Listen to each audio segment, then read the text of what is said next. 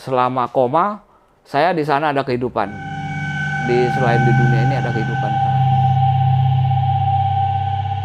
Apa yang Bapak rasakan, yang Bapak lihat di situ? Dan di sana juga ada hukuman juga. Saya ke sana ketemu sama yang nggak kelihatan bentuknya. Bentuknya nggak pakai baju, mukanya nggak bisa kita gambarin. Dia bertanduk kecil 2 sini. Ya. Terus ada dia pegang tongkatnya pisaunya sabit ke atas gitu. Mukanya nggak bisa kita ini gambarkan. Oke, Lalu? Terus dia tanya, mau ngapain lagi hidup, udah begini kan. Saya bilang, saya mau lihat anak saya. Di bawah tuh saya nggak dibilang kata neraka sama surga, saya nggak tahu. Saya ngelihat satu ruangan kayak ada kaca gitu ya. Saya ngelihat diri saya sendiri yang di dalam. Ada kayak algojo gede, kita siap hukum kita. Kitanya ketakutan, saya ketakutan sampai keluar keringat dingin gitu. Nah, yang Bapak katakan tadi makhluk yang bercula, iya, dengan pakai bertanduk, tongkat itu, iya. apakah dia yang bawa Bapak untuk lihat? Oke. Dia bawa. Banyak juga yang saya mau ingat nggak ingat. Mungkin rahasia yang di atas kali. Iya. Dan kita kesana di sana balik muda. Oh, jadi muda lagi. Tubuh Bapak? Jadi saya bisa jalan di sana. Cuman saya nggak lihat kaki. Cuman bisa jalan. Kalau di sana kita mau ke sana nggak pakai jalan. Katanya dari sana. Tinggal sama bagaimana sini, kita punya daya pikiran kita langsung. Ada hukuman juga sana. Saya sempat dihukum, ada besi di muka saya nggak bisa copot. Terus ada lagi saya dihukum kayak seperti di tiang. Ada tiang kayak tiang belambir gitu. Di tiang belambir itu ada 3 yang dihukum. Saya sama 2 orang lain. Jadi borgolnya itu pengikat yang dari badan ke tiang itu keluar dari kita punya badan sendiri. Jadi keluar dari badan kita sendiri. Tapi yang bingungnya kalau kita turun naik nggak pernah nyangkut sama yang 3 itu. Oh. Kita bisa turun naik di tiangnya itu. Tiang itu ya. Tapi kita nggak bisa kemana-mana. Tapi nanti udah waktunya udah habis, kita lepas sendiri, keluar sendiri jalan. Terus pernah juga saya hukuman yang ketiga yang nggak salah ya. Saya kayak seperti di lift. Di nomor lift tuh ya. Nomor lift kan nomornya kan dalam di atasnya. Saya ngelihat orang pada keluar masuk lift. Tapi saya nggak bisa turun, tetap aja saya diam di sana. Saya ngeliatin aja orang keluar masuk. Benar mandir. Terus giliran udah waktunya habis hukumannya, kita turun sendiri jalan. Jadi kita tuh dihukum di sana nggak diawasin. Oke, di sini polisi apa enggak? Betul. Gitu. Terus terakhir yang saya ingat, saya di mulut saya ada ini hukuman saya. Nggak tahu kesalahan saya apa ya di sana, pokoknya di mulut saya ada tulang, seperti mungkin tulang paha kali ya. Itu tulang ngoplok di mulut, ya tapi nggak bisa copot, tulangnya gede segini. Jadi ngegantung aja di mulut, ya di mulut bonggolnya itu di dalam mulut kita, ngoplok tapi nggak bisa copot. Jadi kita ngomong susah. Gitu. Terus jalan kemana sempat lama tuh, dan waktunya udah habis hukuman kita, hilang tuh, copot sendiri dia. Iya, dengan sendirinya. Iya. Jadi memang kalau kayak begitu, Bapak sedang mengalami satu alam yang benar-benar berbeda dengan alamnya nggak seperti gini. Naik mobilnya warna kuning. Di depan, kali waktu nih ya, saya di depan itu di sopirnya nggak ada, bentuk orangnya nggak ada.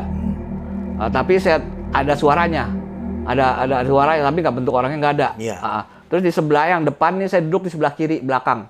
Di depan di jok sebelah kiri depan itu nggak ada orangnya juga, nggak ada bentuk orang, tapi ada suaranya juga. Oh begitu. Sama yang di sebelah saya, yang di belakang sebelah kanan. Saya duduk sebelah kiri belakang.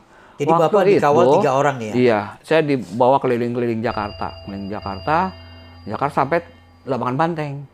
Sampai Lapangan Banteng, saya telepon teman saya. Telepon jam 2 malam, teman saya bilang. Teman saya di Bekasi. Yang pertama saya telepon. Ini saya bilang, saya lagi diajak keliling-keliling nih Jakarta nih, naik mobil, saya bilang gitu. Dia tahu saya lagi sekarat di ICU. Tapi dia terima teleponnya? Dia terima teleponnya nomor saya, pakai nomor Asia, nomor saya, nama saya. Jam 2 malam terimanya. Saya telepon, saya bilang saya lagi jalan-jalan nih, diajak jalan-jalan muter naik mobil keliling Jakarta. Ini sampai Lapangan Banteng nih, pas lewatin katedral, ya kan, katedral. dari belakang katedral, dari belakang tempat parkir yang sebelahnya Santa Ursula, Santa Ursula ya. Iya, Santa Ursula. Lewat situ bunyi lonceng katedral, semuanya bunyi bagus. Oh. Semua lonceng katedral bunyi bagus. Saya bilang sama teman saya, ini saya lewat belakang katedral nih, suara lonceng katedral semua bunyi nih bagus banget, saya bilang. Oh iya deh, teman saya kan tahu kalau saya lagi sekarat. Iya.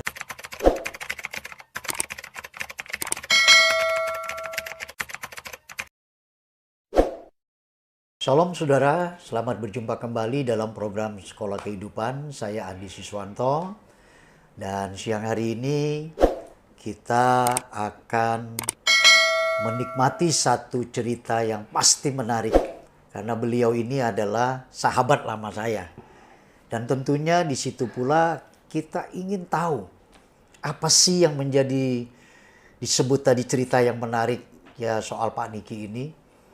Nah, itulah saudara, sebentar kita akan berbincang dengan beliau. Ya.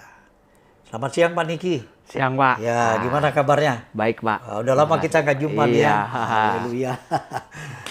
Ini Pak, ada yang cukup saya ingin tahu, karena perkembangan kehidupan seorang Pak Niki ini kan ini hari ada nggak kebetulan, ya. Iya Pak. Nah, masa-masa kecil Bapak itu kira-kira itu apa saja yang Bapak sedang alami pada masa-masa mungkin di antara masa kita anak-anak, bagaimana orang tua mendidik kita, entah papa kita, entah mama kita kan? Kalau soal pendidikan dari orang tua saya keras juga Pak. Ya apalagi terutama yang laki ya. Kerasnya Papa kayak saya apa ya, tuh papi Pak? saya ya. Wah keras deh kok ya. Dan saya salah satunya di antara saudara saya yang paling bandel. Dari berapa saudara Pak? Dari 7 saudara. 7 saudara. Pak Niki ini anak yang keberapa? Keempat. Keempat, oke. Saya tuh paling nakal. Ya paling sering dimarahin. Paling bandel ya, lah. paling bandel. Ya sapu-sapu aja udah biasa. Itu kadang-kadang sapu udah biasa. Sapu itu makanan sehari-hari. Iya. Oke, lanjut. Sampai saya berkembang, terus saya sampai kejerumus ke pergaulan yang nggak benar. Ya mabuk, ya kenal obat-obatan. Jadi ya, Bapak ini sempat memakai ganja. Make. Oh, lalu? Dari kecil saya tuh Pak udah salah pergaulan lah udah bilangnya ya. Boleh tahu Pak, kira-kira kecilnya tuh usia berapa sampai Bapak kok bisa terjerumus? Kenal ganja aja kelas 4 SD. Waduh, saudara. Jadi kelas 4 SD, beliau itu sudah terjerumus dengan satu obat yang namanya ganja. Saudara bisa bayangkan. Oke, lebih menarik kita akan pengen tahu. Saking bandelnya tuh. Ya pergaulan lah semuanya. Terus kelas 5 kenal obat-obatan. Oh. Iya. Obat itu seperti apa? Dulu Magadon, zaman Magadon, Sedatin, Dumolit, ya daftar G. Oke, jadi semua obat itu udah hafal ya? Terus ya begitulah ngikutin pergaulan. Pergaulan ke bawah lagi. Sampai saya juga sempat pakai morfin. Itu di usia? Di kelas 1 SMP.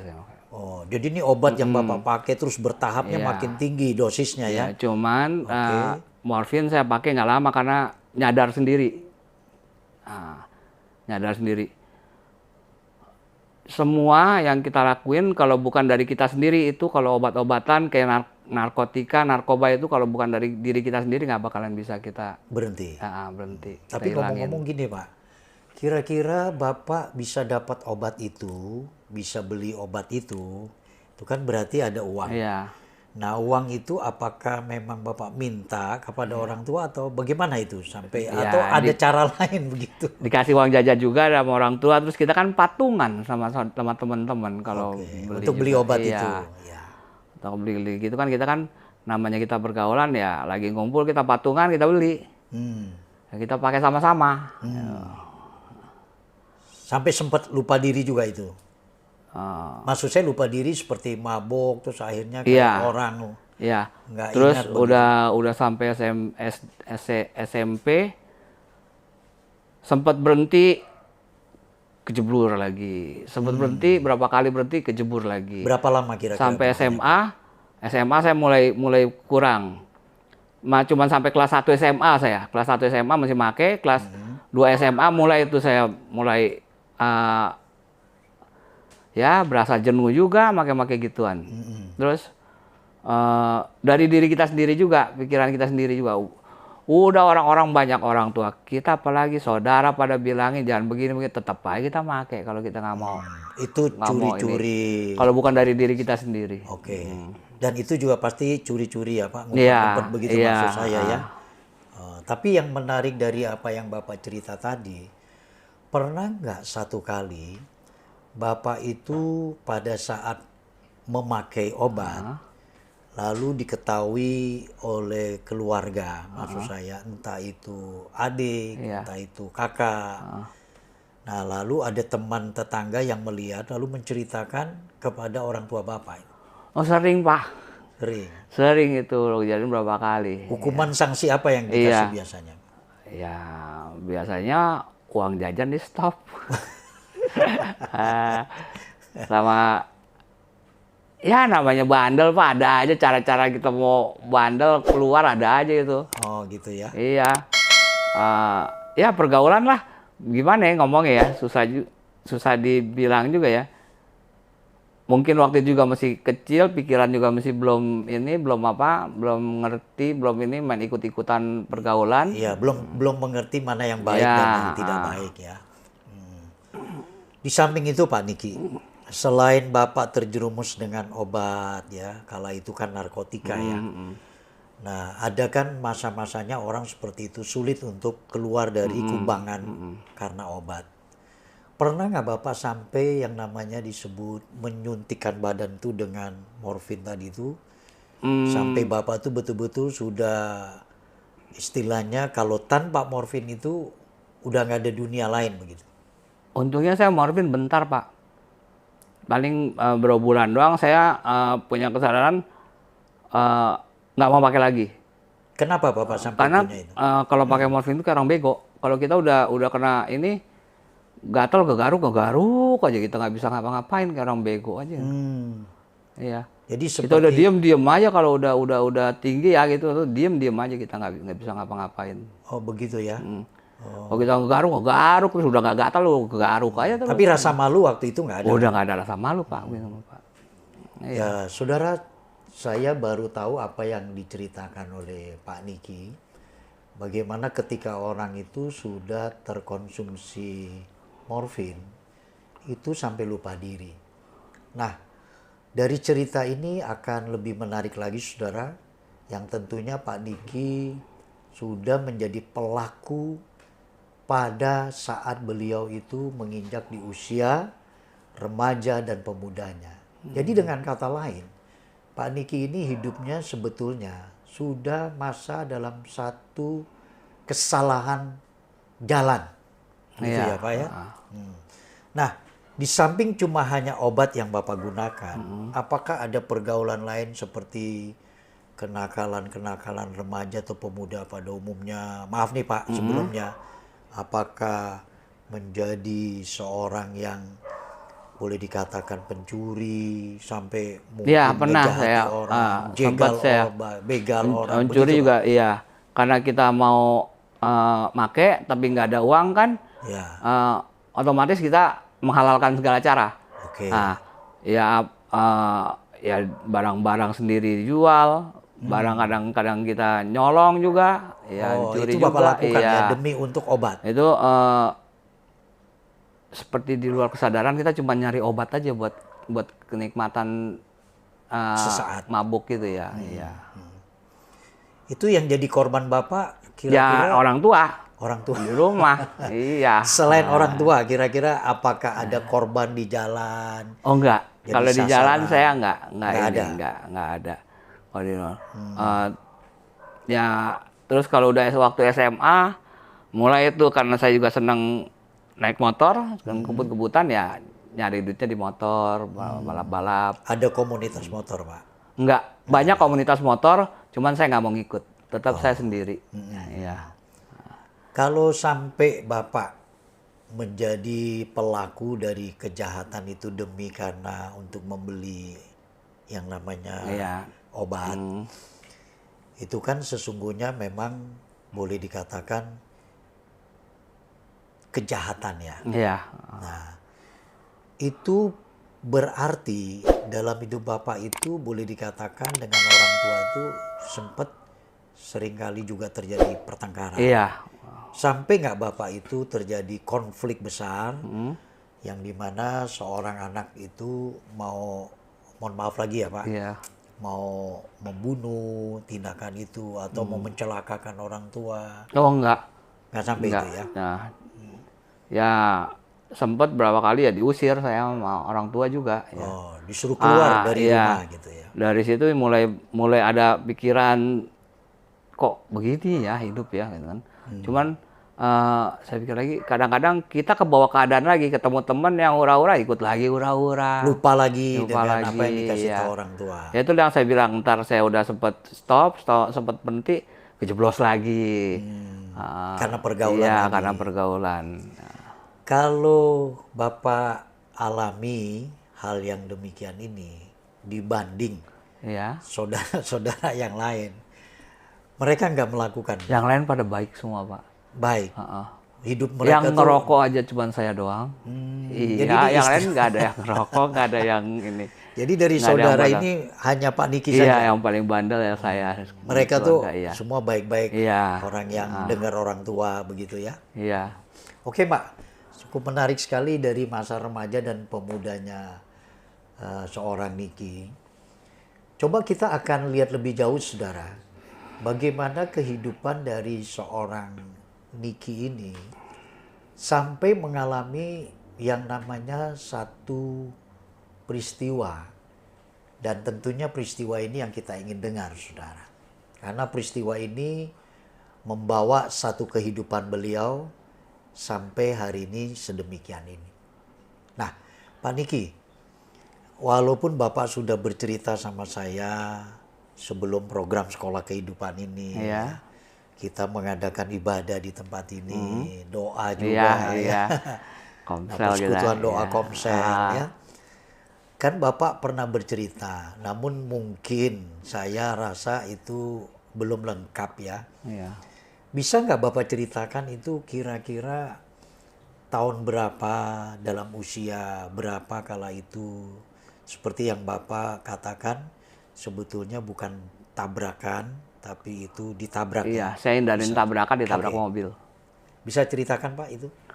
Itu saya bandel-bandel, tapi untungnya saya masih bisa cari uang.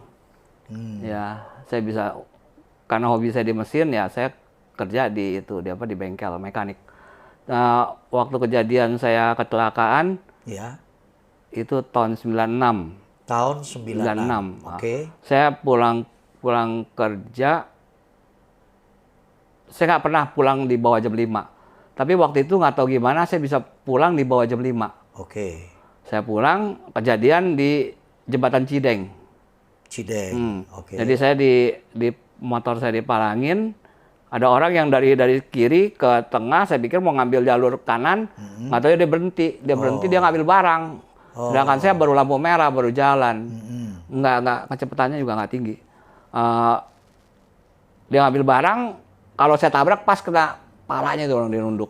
Saya buang ke kiri, ada mobil, saya ngerem, ditabrak mobil saya dari belakang. Jadi saya nggak nabrak orang yang ngalingin saya, tapi saya mental lewat di atas orang yang ngalangin saya.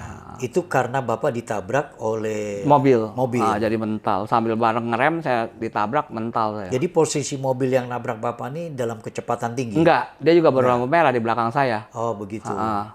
Lalu kondisi seperti itu sejauh mana sampai Bapak mengalami kecelakaan? Dalam artian maksud saya, pas Bapak ditabrak, itu dalam kondisi Bapak sadar? Atau sadar? Sadar. Oke, terus? Orang pulang kerja saya. Ditabrak, saya mental begitu jatuh langsung saya hilang badan saya dari dada ke bawah. Saya jatuh pala dulu. Oh jadi Pala dulu saya jatuh. Pala. istilahnya saudara bahasa sehari-hari yang saya pakai tuh nyungsep begitu Iya. ya. Oke. Pala dulu saya jatuh. Jatuh pala dulu. Waktu itu belum ada pakai helm ya? Pakai helm. Pakai helm sudah. Oke, terus? Helm saya lumayan. Jadi Bapak seperti terjun begini ya? Iya. Kalau saya nggak pakai helm itu saya mati. Mm-mm. Saya pakai helm, ya lumayan lah helm saya. Jatuh, helmnya aja pecah. Terus pas jatuh ke aspal udah nggak bisa gerak. Badan saya hilang separuh dari dada ke bawah. Oh. Hilang sama tangan saya copot ini, sakit. Oh, Tangan begitu. kanan saya. Tangan kanan. Mungkin lagi ngerem, ditabrak, mental, ketarik gini. Copot ininya, satu tulangnya. Kondisi saat itu Bapak rasakan walaupun tubuh Bapak itu sebenarnya lengkap ya. Cuman perasaan aja sama segala anatomi tubuh lainnya Iya. nih itu langsung mati total Hilang gitu ya. separuh dari dada ke bawah. Nggak rasa sama Iya. sekali lagi. Iya. Sakit juga enggak. Saya setelah ke dokter, waktu itu saya habis kecelakaan langsung dibawa ke Husada. Ke rumah sakit, saya diperiksa kena kompresi. Jadi ruas sama ruas masuk, pecah. Oh, jadi mungkin di struktur bagian tubuh itu, torakal 56. jadi struktur tubuh Bapak itu iya. kaki sama badan. Iya, yang tulang belakang saya, belakang saya, dia punya ruas tulang belakangnya masuk 2 ruas, pecah ini. Oh. Kompresi. Iya, iya. Itu di ruas di torakal, bagian torakal kan ada 3 ya. Servikal, tulang leher, torakal, dada sama buntut lumbal dan ekor. Itu saya di torakal 56 yang pecah, yang kompresi pecah. Pecah atau hancur itu? Hancur ya, pecah. Karena masuk begini kan hancur ini. Iya, iya. Terus udah tuh diperiksa gitu, saya nggak mau kan di rumah sakit itu, saya nggak mau, saya minta pulang.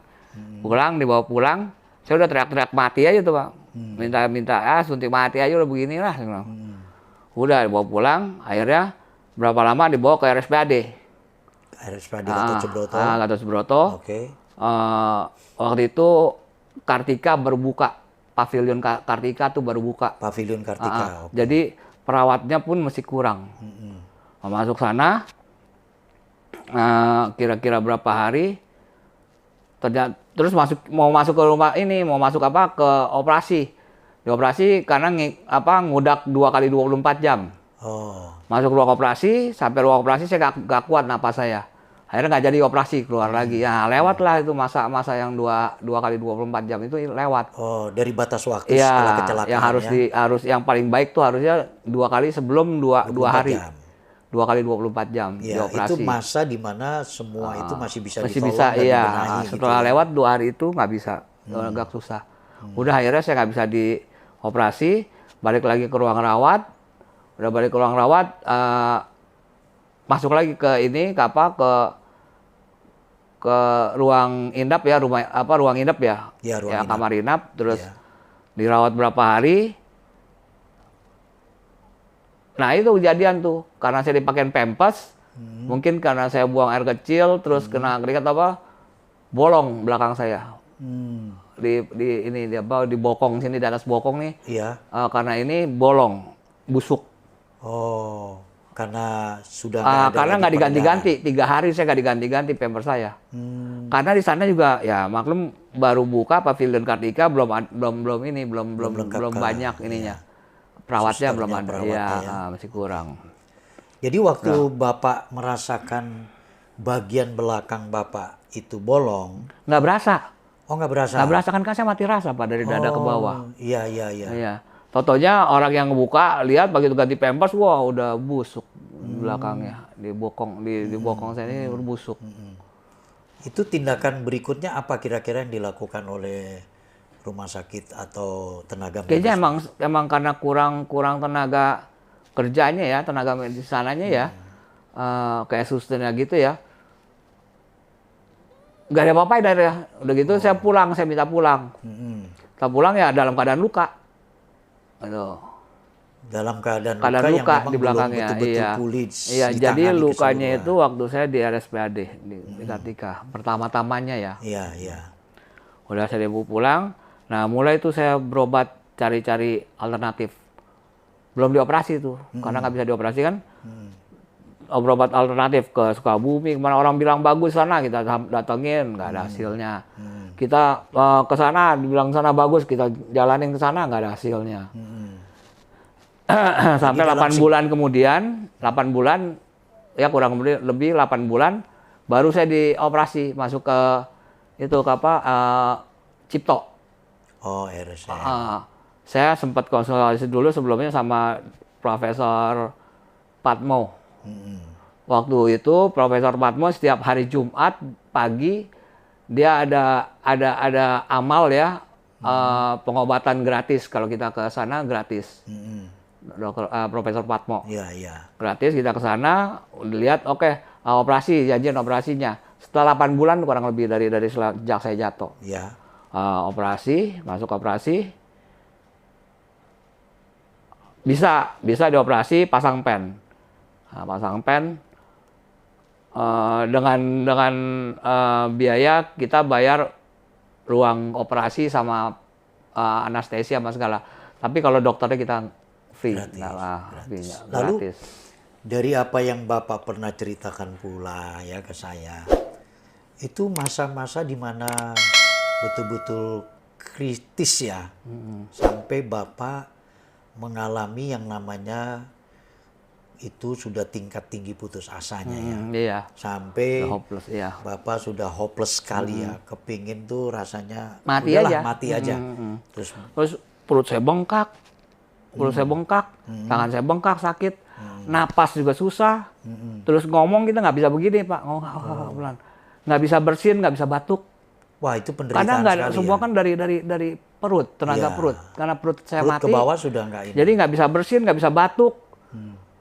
Wah, itu sengsara deh itu, masa sengsara. Saya Benar-benar tidur juga menderita. nggak boleh di ranjang, di kasur empuk gini nggak boleh.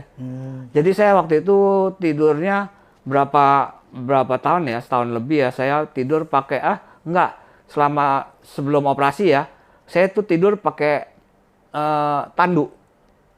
Oh. Ke tandu. Iya, tandu. Ke tandu. Terus bikin ranjang, dokter udah konsultasi dokter. Setelah dioperasi nggak bisa pakai spring bed gini, pakainya triplek. Karena saya belakang sini ada luka, tripleknya dibolongin. Iya. Supaya ada lukanya nggak anginnya. kena, Iya. supaya lukanya nggak kena tekan. Nah, saudara, hal yang menarik perlu kita pelajari di sini. Tentunya kita yang sehat khususnya, yang semuanya dalam keadaan normal tubuh kita, baik tangan kita, kaki kita, bahkan napas yang kita hirup pun semua itu dari pemberian Tuhan. Iya, benar. Menurut saya di sini yang perlu kita petik dari pelajaran seorang Niki, beliau tuh mengalami yang namanya di luar dugaan. Bagaimana peristiwa yang tidak pernah terpikirkan itu sempat dialami sebegitu rupa. Nah, yang saya mau katakan, kalau hari ini saudara menonton, saudara melihat bagaimana peristiwa yang tiba-tiba itu terjadi, mohon maaf sebelumnya, itu bisa kepada siapa saja akan bisa terjadi. Namun, saya ingin menekankan, selagi ini adalah satu kesempatan untuk kita masih diberikan kehidupan yang sehat dan normal, pakailah sebaik-baiknya. Supaya dalam kesehatan kita ini, kita manfaatkan betul-betul hidup untuk menyenangkan banyak orang, bahkan menyenangkan Tuhan terlebih dari itu. Maka dari itu, kita kembali saudara. Dari yang tadi saya katakan Pak Niki, ada Bapak itu pernah mengalami satu masa ya, ketika Bapak putus asa, dan di situ Bapak seolah antara tubuh dengan roh itu udah keluar begitu ya. Nah, itu gimana Pak? Itu, wah saya saking saya frustasinya, saking udah nggak punya niat hidup lagi ya. Saya sempat bunuh diri Pak 3 kali Pak. Tapi nggak mati-mati. Bunuh diri 3 Iya. kali. Soalnya bunuh diri 3 kali. Saya minum obat. Oke. Pertama bukan minum obat, saya minum HIT. Apa itu? Obat serangga, obat nyamuk, HIT yang cair. Oh. Nah, itu saya minum. Oh, HIT itu yang obat serangga. Nggak mati, Oke. nggak mati, cuma muntah-muntah, saya buang air. Semua satu kamar bau HIT semuanya itu. Iya. Udah sekali itu. Terus Yang 2 kali. harusnya buat serangga tapi Bapak Iya. minum. Sudah bayangkan terus. 2 kali. Nah, saya sekali waktu saya punya duit 100.000. Saya keluar pakai kursi roda. Pakai kursi roda keluar ke teman saya. Saya ketemuin teman saya bilang suruh beli obat, saya bilang. Beli rohib sedapatnya, saya bilang. Sebenarnya dengan uang 100.000. Iya. Waktu itu tahun berapa ya? Wah, nggak inget deh tahunnya deh. Belum sampai tahun 2000-an deh, belum, nggak inget deh. Saya ketemu teman saya bilang, nih tolong beliin rohib, saya bilang. Apa? Rohib. Rohib. Rohib 0. Oh. Saya bilang beliin sedapatnya, saya bilang. Sedapatnya dibeliin, teman saya jalan dibeliin, cuma dapat 50 biji doang. 50 biji, teman saya datang, oke saya terima. Pas gimana, teman saya yang lain minta, saya kasih 49 biji saya bawa pulang, sampai rumah saya minum semuanya. Sekaligus? Iya, sorenya tuh. Ini tindakan Iya. bunuh diri Yang kedua. Yang kedua. Nah, Oke. Terus udah nggak tahu bagaimana ya, semua Tuhan yang bicara ya. Tuhan punya kerja ya. Saya nggak mati, malah ngamuk-ngamuk doang. Padahal orang-orang lain minum 30 ya udah mati. Udah lewat. Ya, udah mati ya. Ini saya 49 biji saya minum nggak mati. Ngamuk-ngamuk doang, ngamuk-ngamuk. Terus sampai dokter juga, sampai mami ke papi pada panggil dokter ke rumah, lihat. Nggak tahu diapain sama dokternya atau gimana. Ya udah, dia minumnya nggak apa-apa katanya. Terus udah kejadian yang kedua tuh, ketiga. Yang ketiga saya beset-beset kaki saya. Kaki sengaja saya beset-beset. Saya cari dulu di mana ininya, apa nadinya di mana nih, nih. Saya beset kaki saya. Itu Bapak gunakan apa? Pisau silet kah atau cutter kah atau apa? Pakai cutter lebih susah, Pak. Pakai cutter lebih susah. Ngebeleknya lebih susah. Pakai gunting lebih, bukanya lebih gede, lebih sekali bet gitu langsung gede bukanya. Itu Bapak lakukan itu. Iya. Tapi dalam keadaan keluar darahnya. Darah di bawah ranjang udah pada berdarah deh banyak. Sampai saya sempet itu malam-malam tuh. Saya jam 3 saya ininya kan lagi nggak ada orang kan, jam 3 malam saya beset, keluar darah, terus nggak tahu gimana kok saya duduk, saya lihat kok berhenti darah saya. Saya yang tempat saya beset itu di nadinya nggak keluar darah lagi. Tapi keluar, saya kan bisa duduk kan, saya duduk, cuman keluar gelembung-gelembung udara. Udara. Nggak keluar darah. Nggak keluar darah, tapi gelembung udara yang malah keluar. Itu udah banyak padahal darahnya di bawah. Saya berasa badan gede berasanya. Karena mungkin karena kurang darah ya, badan gede, pala gede berasanya. Rambut diri berasanya. Waktu kejadian itu Bapak yang saya ngalamin potong, suatu. Terus sampai saya duduk, saya kok tadi kan keluar bunyi itu ada ke bawah kan ada suara tas gitu kan. Kok nggak ada suara lagi? Saya bangun, saya lihat berhenti kok darahnya. Kok keluarnya cuma angin, kan? Udah, saya diam sampai dari jam 3 itu kan sampai jam 8 baru ada orang yang datang kan pada masuk kerja. Teman saya juga baru datang tuh yang ini saya ngurus saya waktu itu teman saya. Terus datang, lihat pas ada orang dia keluar lagi darahnya. Nah, yang berhentiin darah keluar saya, lagi? Nah saya juga bingung. Siapa yang berhentiin darahnya? Kok setelah ada orang baru dia keluar lagi diobatin terus kan? Dokter datang aja nggak berani, dokter jahit nggak bisa. Ya. Karena dilihat dokter itu mungkin ini sesuatu yang sangat lukanya terlalu besar. Ya, selain luka terlalu besar, mungkin darah sudah di mana-mana gitu. Pokoknya kita kalau kehabisan darah berasa gede, badan kita gede, dingin, terus rambut diri, wow, gitu deh rasanya deh. Sampai pagi ada lagi orang teman saya datang, yang urus saya datang, diobatin saya. Yang saya bingung, yang saya nggak habis pikir, yang berhentiin darahnya siapa? Kok ada orang keluar lagi? Iya. Dan dari jam 3 pagi bukannya bentar loh, Pak. Betul. Dari jam 3 pagi sampai jam 8 pagi baru ada orang yang tahu ya. Iya. Saudara, di sini menarik ya. Mengapa? Karena seringkali tindakan-tindakan kita sebagai manusia yang sudah ada di ujung keputusasaan. Apalagi yang kita harapkan itu semuanya sudah nggak ada pintu keluar buat jalan lagi. Nah, maka dari itu, tindakan bunuh diri sekali saja, kalau memang itu sudah saatnya, orang bisa mati. Tapi ini yang namanya Niki, itu bisa seperti orang minum obat. Sekali nggak mempan, 2 kali dia bikin cara bunuh diri lagi. Sampai yang ketiga kali itu dengan gunting. Bahkan tadi saya katakan mungkin silet atau cutter. Iya. Tapi itu dia bilang malah kecil. Dia ambil sekalian gunting. Nah, saudara, bagi engkau mungkin hari ini ada di antara penonton yang ingin melakukan tindakan bunuh diri. Ya, jangan tiru seperti yang sudah dialami oleh seorang Niki, Jangan ya. jangan sampai ngalamin. Tapi kalau belum saatnya Tuhan, maka hari ini beliau tetap ada. Nah, sebentar. Kita akan dengarkan lagi apa yang dikatakan. Pada saat setelah ada teman Pak Niki datang ini. Dan teman itu yang baru berani mengambil tindakan ya. Ya. Karena dokter aja nggak berani. Itu di masa-masa seperti itu, apa yang Bapak rasakan? Apakah memang kehadiran Tuhan? Karena saya ada bingung, satu keajaiban. Yang cuma saya bingung, darahnya kenapa bisa berhenti? Nah, siapa yang berhenti? Nggak mengalir Darahnya. lagi begitu Iya. ya? Setelah ada orang, baru dia keluar lagi.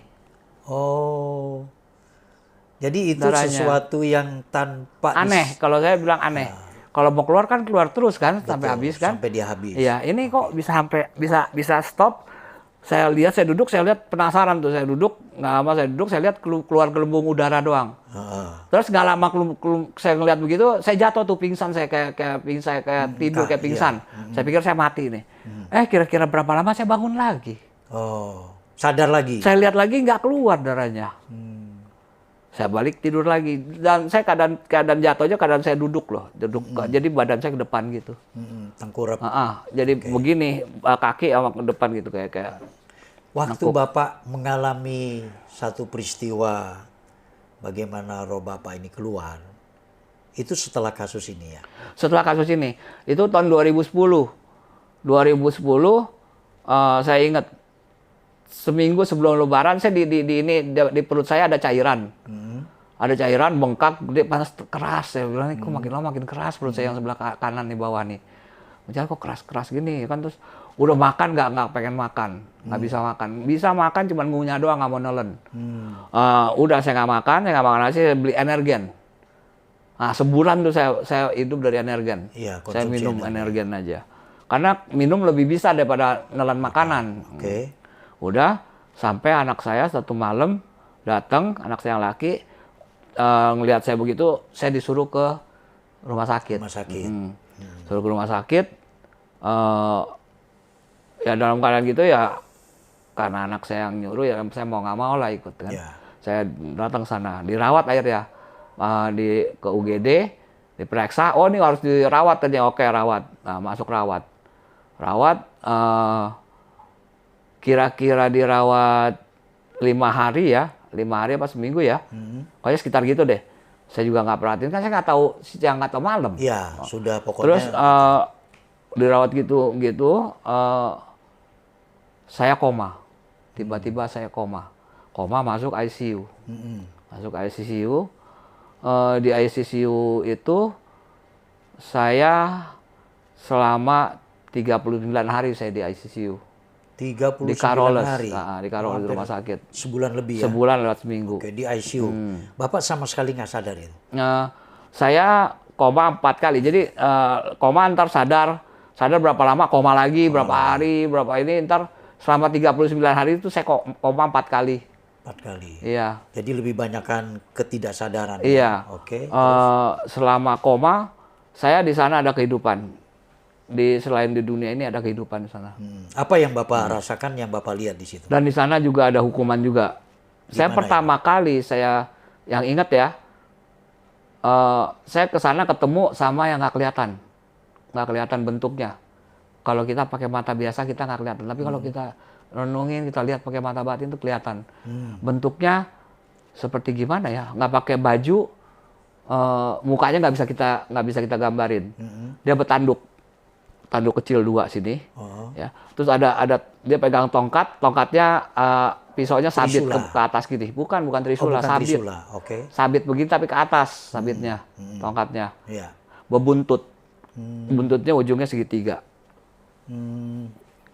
Kayaknya nggak pakai baju dan mukanya nggak bisa kita ini gambarkan. Gambarin. Oke, Ya. lalu Terus dia tanya, mau ngapain lagi hidup, udah begini, gitu kan? Saya waktu itu kalau nggak salah saya bilang, saya mau lihat anak saya. Sampai mana saya bisa lihat anak saya? Dia bilang. Di bawah tuh saya tuh, bahwa saya nggak dibilang kata neraka sama surga, saya nggak tahu. Cuman saya dibawa di satu tempat ya, dibilangin saya ngelihat satu ruangan kayak ada kaca gitu ya, di temboknya. Saya ngelihat diri saya sendiri yang di dalam. Diri saya di dalam, di depan kita tuh nggak kelihatan juga, cuman kalau kita pakai bata batik kelihatan ada kayak algojo gede, kita siap hukum kita. Kitanya ketakutan, saya ketakutan sampai keluar keringat dingin gitu. Dan nyatanya waktu saya di ICU-nya keringat dingin juga keluar itu. Jadi antara dunia Mungkin kebawa sama ini ya, emang pikiran kita ya.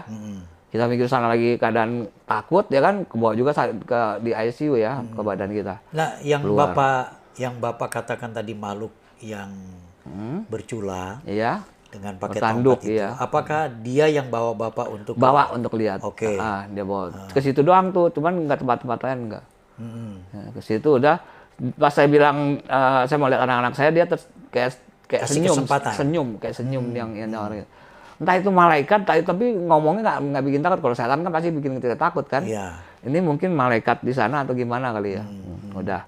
Terus dibawa ke sana, saya ngeliat diri saya sendiri yang lagi mau dihukum. Berasa takut, berasa apa. Terus akhirnya udah dari situ, udah nih saya berasa takut nih, udah hilang lagi. Banyak juga yang saya mau ingat, nggak ingat. Mungkin rahasia yang di atas kali. Iya. Udah, untungnya saya di mana tempat saya waktu di sana ya, waktu saya koma, di tempat saya mana ini selalu ada orang yang nemenin saya. Jadi nggak sendiri. Iya, nggak sendirian. Dan kita kesan di sana balik muda. Oh, jadi muda lagi. Tubuh Bapak? Jadi saya bisa jalan di sana. Cuman saya nggak ngeliat kaki, cuman bisa jalan. Bisa jalan. Kalau di sana kita mau ke sana nggak pakai jalan, tentunya udah di sana. Tinggal Sama bagaimana kesini, kita punya ya, daya pikiran. kita langsung. Terus tadi sampai mana ya Pak ya? Jadi begini Saudara. Tuh, saya suka begitu tuh Pak. Ya. Selama saya habis koma itu ya, selama saya habis masuk rumah sakit itu, saya bisa punya pikiran lagi ngomong-ngomong, tapi bisa lupa, hilang. Ya. Jadi begini Saudara. Apa yang dialami Pak Niki ini, ada satu peristiwa yang kita pada umumnya sebagai manusia biasa, itu tidak pernah akan mengalami hal yang dikatakan Pak Niki. Tapi beliau telah mengalaminya. Yang perlu kita perhatikan, bahwa sesungguhnya memang ada satu alam tersendiri yang dimana di situ ada kekuasaan Tuhan masih tetap memerintah sepenuh. Nah, makhluk yang dikatakan tadi oleh Pak Niki, ya, saya percaya apa yang dialaminya itu ada. Tapi kapasitasnya yang tentu kita belum masih bisa katakan lewat daripada video sekolah kehidupan ini. Tapi cerita ini adalah satu hal yang mesti kita garis bawahi. Bahwa satu kali bagaimana kehidupan ini akan mengalami di dunia yang tadi dikatakan oleh Pak Niki, setiap orang di sana akan menjadi muda kembali. Nah, untuk itu kita akan banyak ingin mengerti lagi karena baru sedikit yang tadi disampaikan keadaan ketika beliau ini sebenarnya tubuhnya sudah hancur, maksudnya sudah tidak lagi punya sekapasitas kita orang normal dari setengah badan ke bawah, tapi di sana beliau mengalami bisa berjalan, bisa pergi kemana saja, begitu ya Pak? Iya. Lanjut dari Dan situ. Dan balik muda di sana. Ada hukuman juga di sana. Saya sempat dihukum, ada besi di muka saya nggak bisa copot, tapi hukuman di sana nggak ada yang jagain, nggak ada kayak polisi gitu segala, nggak ada. Jadi kita nggak dapat hukuman, kita jalanin hukuman. Tapi kita nggak bisa kemana-mana. Itu hukuman itu nempel terus di kita. Terus sekali waktu udah tiba waktunya ya, masa hukuman kita habis, selesai. Dia hilang sendiri. Dan kita biasa lagi. Sekali waktu, terus ada lagi saya dihukum kayak seperti di tiang. Ada tiang kayak tiang belambir gitu. Di tiang belambir itu ada 3 yang dihukum. Saya sama 2 orang lain. Jadi borgolnya itu pengikat yang dari badan ke tiang itu keluar dari kita punya badan sendiri. Jadi keluar dari badan kita sendiri. Tapi yang bingungnya kalau kita turun naik nggak pernah nyangkut sama yang 3 itu. Oh. Kita bisa turun naik di tiangnya itu. Tiang itu ya. Tapi kita nggak bisa kemana-mana. Tapi nanti udah waktunya udah habis, kita lepas sendiri, keluar sendiri jalan. Terus pernah juga saya kuban yang ketiga ya kalau nggak salah ya, saya kayak seperti di lift, di nomor lift tuh ya, nomor lift kan nomornya kan dalam di atasnya. Saya ngelihat orang pada keluar masuk lift, tapi saya nggak bisa turun, tetap aja saya diam di sana. Saya ngeliatin aja orang keluar masuk. Mondar-mandir. Terus giliran udah waktunya habis hukumannya, kita turun sendiri jalan. Jadi kita tuh dihukum di sana nggak diawasin. Oke di sini polisi apa enggak. Betul. Gitu. Ya. Terus terakhir yang saya ingat di mulut saya ada ini hukuman saya. Nggak tahu kesalahan saya apa ya di sana pokoknya di mulut saya ada tulang. Seperti mungkin tulang paha kali ya. Itu tulang ngoplok di mulut. Ya, tapi nggak bisa copot. Tulangnya gede segini. Jadi ngegantung aja di mulut. Ya, di mulut bonggolnya itu di dalam mulut kita. Ngoplok tapi nggak bisa copot. Jadi kita ngomong susah. Gitu. Terus jalan kemana sempat lama tuh. Dan waktunya udah habis hukuman kita, hilang dicopot sendiri dia. Iya, dengan sendirinya. Iya. Jadi memang kalau kayak begitu, Bapak sedang mengalami satu alam yang benar-benar berbeda dengan alam. Alamnya nggak seperti gini terang. Alamnya cuman kayak seperti temaram Apakah indah bulan begitu? Temaram bulan. Temaram bulan.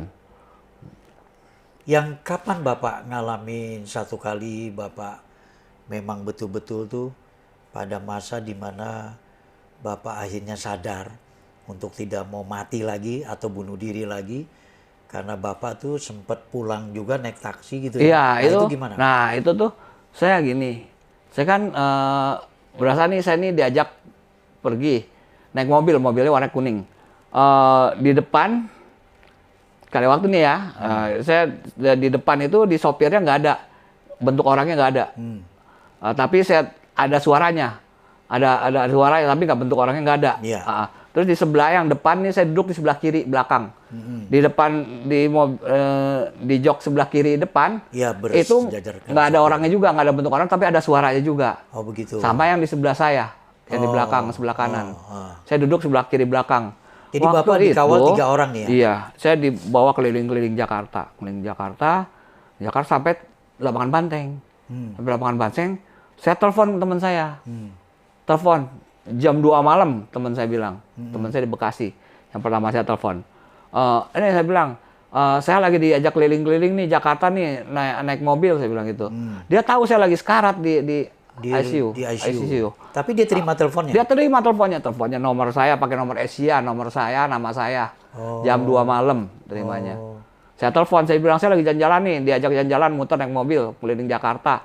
Ini sampai Lapangan Banteng nih. Pas lewatin katedral, ya kan, katedral, dari belakang katedral, dari belakang tempat parkir yang sebelahnya Santa Ursula, Santa Ursula ya. Iya, Santa Ursula. Lewat situ bunyi lonceng katedral, semuanya bunyi bagus. Semua lonceng katedral bunyi bagus. Saya bilang ke teman saya, ini saya lewat belakang katedral nih, suara lonceng katedral semua bunyi nih bagus banget, saya bilang. Oh iya deh, teman saya kan tahu kalau saya lagi sekarat.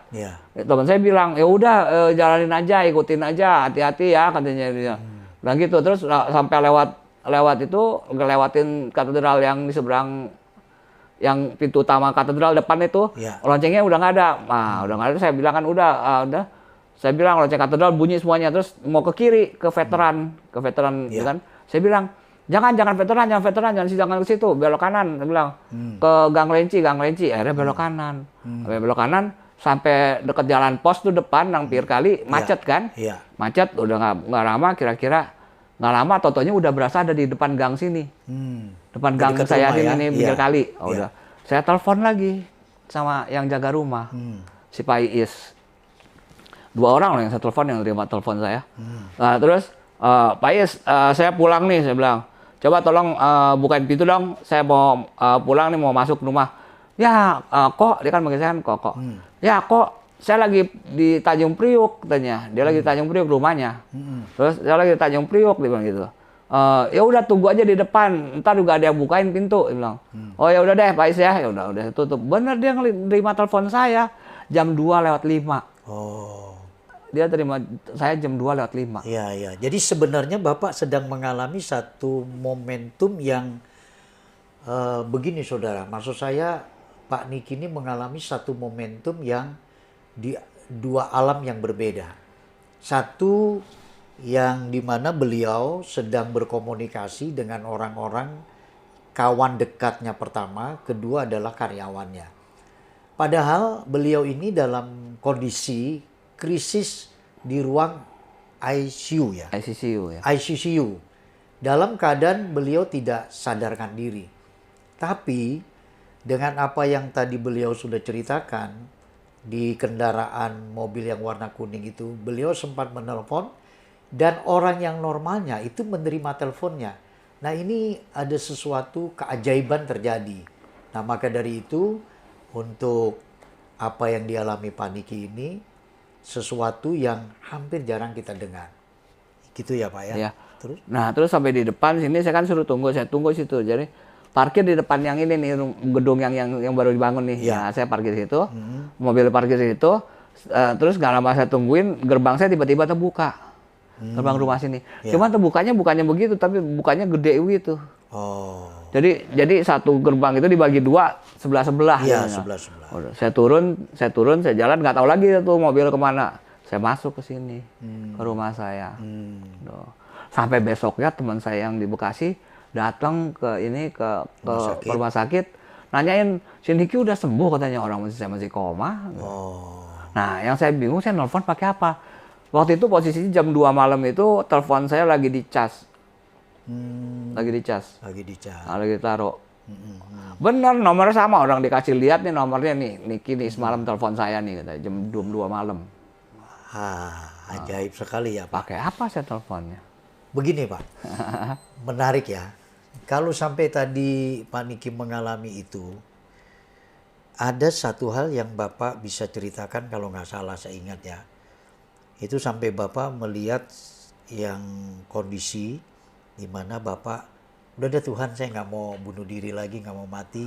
Itu karena apa? Nah itulah, karena saya ngelihat yang pertama-tama itu yang dibilangin nih, waktu yang saya bilang diajak ngelihat saya dari kaca itu, saya ngelihat sendiri saya tuh. Ya, saya sendiri dihukum itu. Nah, mulai di situ saya takut. Sudah nggak mau bunuh diri lagi? Karena pasti dihukum kita. Ya. Dan saya baru ngerti, kalau kita dikasih kehidupan sama Tuhan, kalau emang bukan waktunya Tuhan yang ngambil, kita udah nyudahin kehidupan kita, berarti kita udah melebihi Tuhan. Betul. Nah dari situ saya takut. Benar-benar saya takut bunuh diri. Udah nggak mau bunuh diri lagi? Nggak berani saya. Nggak dari berani kejadian yang 2010 nggak berani. Saudara, jangan sekali-kali. Biar Tuhan aja deh yang bikin jangan sekali-kali saudara bertindak di luar daripada waktunya Tuhan. Karena waktu yang Tuhan kasih hanya Tuhan yang bisa menentukan. Kapan saudara hidup dan kapan saudara mati. Maka dari itu ada firman Allah mengatakan, ya ada kelahiran, ada kematian. Dan itu Tuhan yang punya wewenang penuh. Yang tadi Bapak ceritakan ya, satu kondisi keadaan, bagaimana makhluk yang bercula itu tadi ya.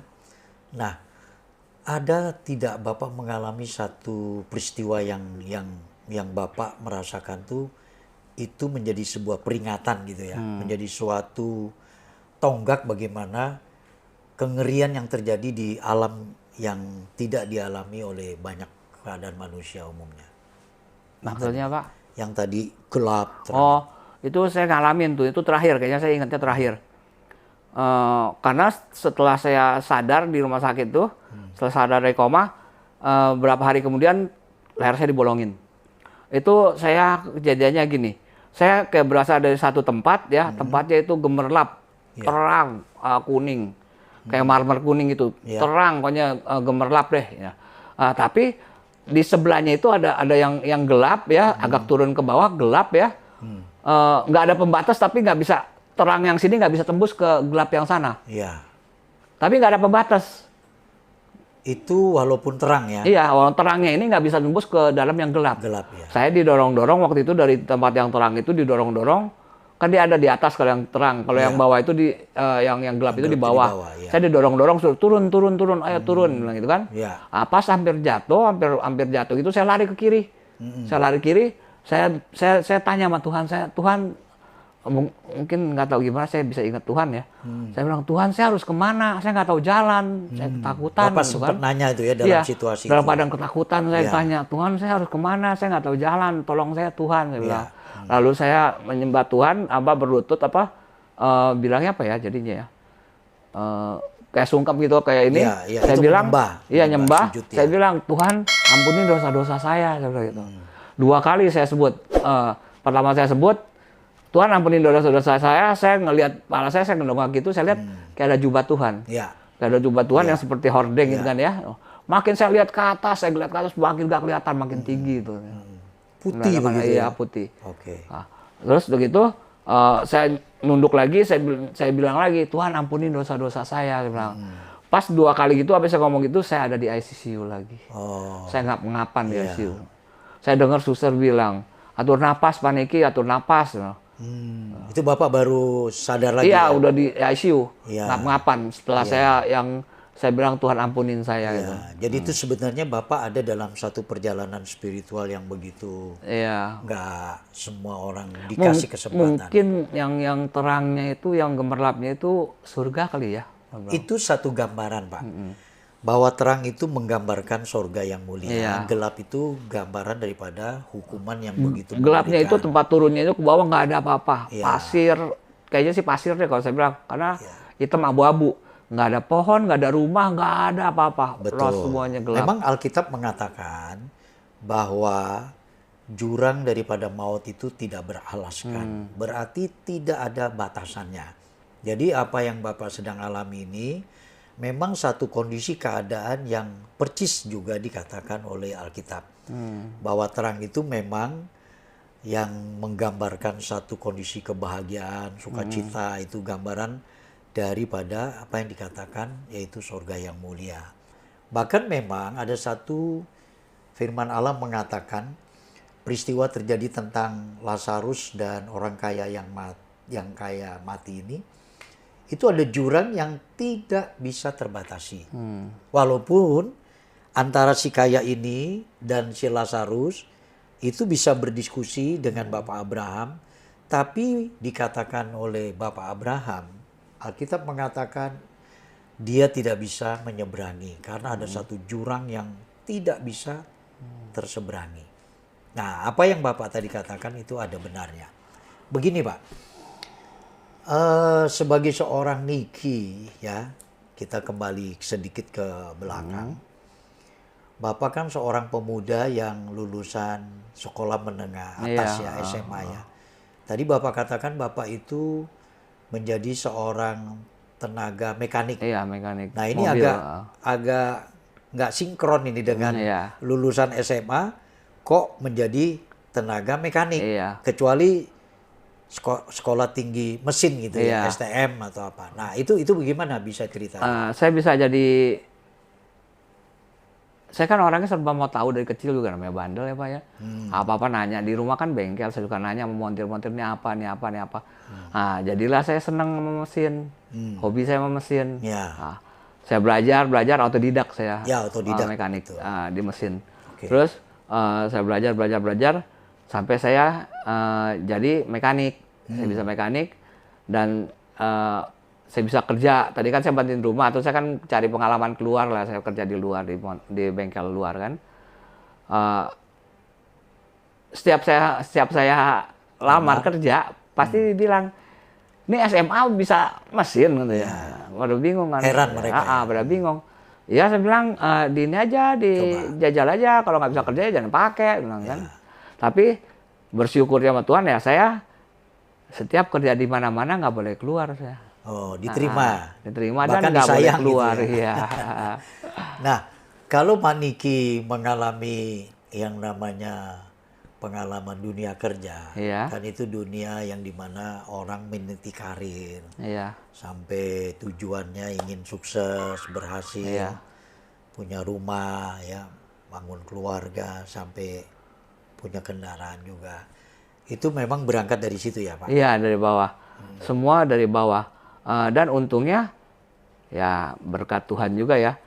Saya kerja di mana-mana nggak dikasih berhenti, terus orang banyak nyari saya. Oh, Orang yang punya mobil banyak yang nyari saya. iya, iya. Karena mungkin Iya. sudah tahu ya kerjanya. Orang banyak yang nyari saya, jadi boleh dibilang seakan-akan ya pada waktu itu ya uang yang nyari saya, bukannya saya nyari uang nyari saya. Ya, karena saya dicari-cari orang. Iya. Ya, ini kelebihannya juga ya Pak. Iya, itu ya semua ya Jadi mungkin berkat di dari situ Bapak Tuhan. mulai Iya. merasakan karir Bapak diberkati gitu ya, dan sampai punya rumah, punya Iya. mobil ya, Saya keluarga sampai dan seterusnya. dari montir biasa. Pertama masuk ya saya dari ini, dari apa? Dari pramontir juga kenek bilangnya. Iya. Dari montir, jadi montir senior, kan kepala montir, kepala montir. Ya. Terakhir saya dipercaya buat jadi kepala montir di sana juga, di apa, di satu bengkel yang lumayan lah. Di Mazda juga saya pernah. Oh, iya, iya. Jadi itu yang sudah punya nama ya. Iya. Oke. Dengan kondisi Bapak sekarang, kan Bapak ternyata masih sehat dalam artian. Sehat itu adalah Bapak masih Sehat dalam tanda kelihatan, kutip. ya, masih Iya. gantengnya juga kelihatan. Masih apa ya, seperti kayak orang nggak ada sakit gitu Iya. ya. Nah, harapan Bapak nih, kan dengan kondisi Bapak terbaring di tempat tidur ini sudah berapa lama Pak? 25 tahun. Sudah 25 tahun. Dari tahun 96, sekarang tahun 2002. 22 ya. Ya, jadi 22 tahun ya. Nah, dari 2022 sampai 96 berapa tuh? Tahun 96, 26 tahun. 26 tahun ya. Jadi 26 tahun Bapak ngalami hanya ada di tempat tidur ya. Iya. Jadi itu Bapak rasakan yang tadinya begitu tersiksa, begitunya menderita, sampai rasanya mungkin ya kok hidup kayak begini gitu ya. Sampai sekarang akhirnya Bapak menikmati. Dan Ya menikmati nggak menikmati nih Pak begini. Jadi dengan kata lain, Iya. selama 26 tahun Bapak ada terbaring seperti Iya. ini. Nah, yang saya ingin tahu Pak, kira-kira harapan Bapak untuk mengakhiri pertarungan gitu. Saya katakan pertarungan kan kemarin Bapak ini sedang lagi mengalami masa-masa transisi. Iya. Ya, antara begitu sulitnya menerima kondisi keadaan yang nggak siap. Iya. Sampai sekarang kan mau nggak mau Bapak harus siap. Mau nggak Dipaksa mau lah harus, gitu ya. harus menerima keadaan. Iya. Nah, kira-kira apa yang Bapak rindukan yang memang menjadi satu doa sampai Bapak kalau boleh pulang ini benar-benar Bapak bertemu dengan Tuhan. Dengan kondisi yang Bapak ini kan tadi Bapak cerita di sana tuh Iya. Bapak muda lagi. Nah, itu apa yang Bapak harap? Dari semua kejadian ini saya cuma dapat banyak-banyak amal lah di dunia. Banyak berbuat baik. Berbuat baik lah. Berbuat baik sama juga kita nabung buat Masa depan. buat potongan hukuman di sana. Iya. Baik Pak Niki, dari apa yang kita bincang lewat satu kehidupan, bagaimana Pak Niki sudah bercerita, ya, ini sesuatu yang menjadi pengalaman Iya. dan berkat.